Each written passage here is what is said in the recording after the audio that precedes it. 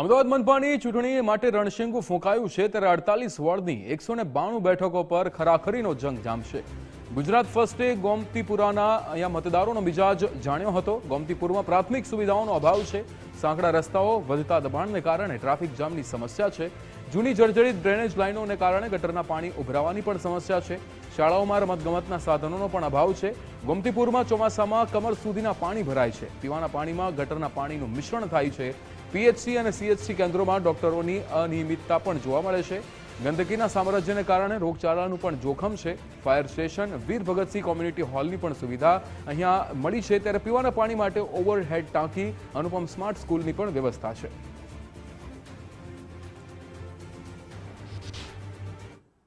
ભારતીય જનતા પાર્ટીની Ahmedabad municipal corporation દ્વારા વિકાસના કામો થયા, જેમ કે અમદાવાદ ગોમતીપુરની રેફરલ હોસ્પિટલ હોય કે ગાર્ડન હોય કે લાઇબ્રેરી હોય કે રોડ રસ્તાના કામો હોય, એ બધા જનરલ બજેટમાં થયા। કાઉન્સિલર કે ધારાસભ્યોએ ક્યારે રજૂઆત પણ નથી કરી। ગોમતીપુરમાં સૌથી મોટી સમસ્યા, ગોમતીપુરનો વિકાસ રૂચતો સૌથી મોટો દબાણો। આ દબાણો પણ એના સ્થાનિક કાઉન્સિલરોના રહેમ નજર, ધારાસભ્યની રહેમ નજર હેઠળ દબાણો થતા રહ્યા છે। વારંવાર સતત રજૂઆતો કરતા રહ્યા। મુસા સુલેમાનની ચાલી સુધી હોજવાલી મસ્જિદનો આખો પટ્ટો રોડની સમસ્યા હતી।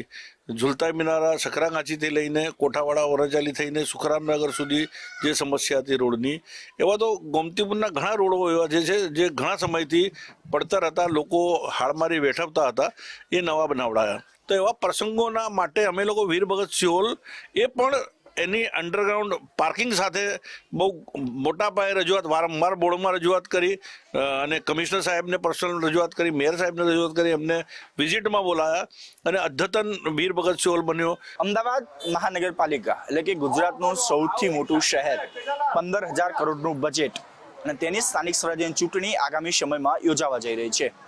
ત્યારે ગુજરાત ફર્સ્ટ દ્વારા તમામ વોર્ડની અંદર જઈને લોકોની સમસ્યાઓ અને જે કોર્પોરેટરો હતા તે તેમના પ્રશ્નોની વાચા આપી છે।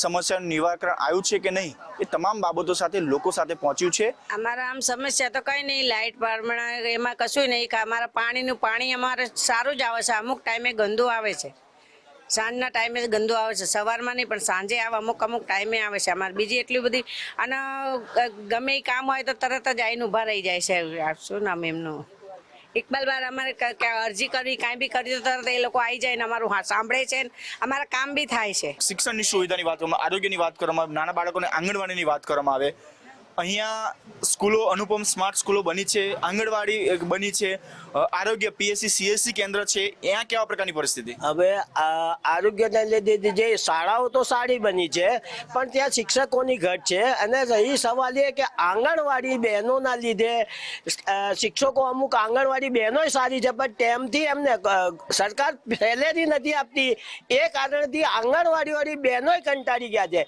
એટલે કામગીરીમાં થોડું નિઃશુલ્કપણું રહે છે। દવા લેવા જાય છે દર્દી ત્યારે 9 વાગ્યાનો સમય હોય છે દવાખાનું ખુલવાનું, પણ ડોક્ટર સાહેબ 9:30 પહેલા કોઈ ટેબલ પર હોતું જ નથી ત્યાં વોર્ડમાં, અને જન્મ મરણના દાખલામાં લગભગ 9:45 વાગે આવે છે અને 1 વાગે કામગીરી બંધ થઈ જાય છે। આપણે ત્યાં ગોમતીપુરમાં તો મહત્વનું કામ 2 ટાંકી બની છે, વીર ભગતસિંહ હોલ બની ગયો છે અને વીર ભગતસિંહ હોલની આગળ જે પાણી ભરાતું હતું ને એ રોડ બહુ સારો બની ગયો છે। 5 સાલમાં કામ તો થયું છે, બાકી આ અમારો જો કોર્પોરેટર છે ને સ્થાનિક, આ કોર્પોરેટર લોકો ફાઇલો ઉપર સુધી પહોંચતી નથી, એમની ઉપરથી કામમાં દબાણ આવી જશે। કામ તો બહુ મહેનત કરી, એ લોકો બહુ સારું કામ કર્યું છે, બાકી આગળથી કામ રોકાઈ જશે।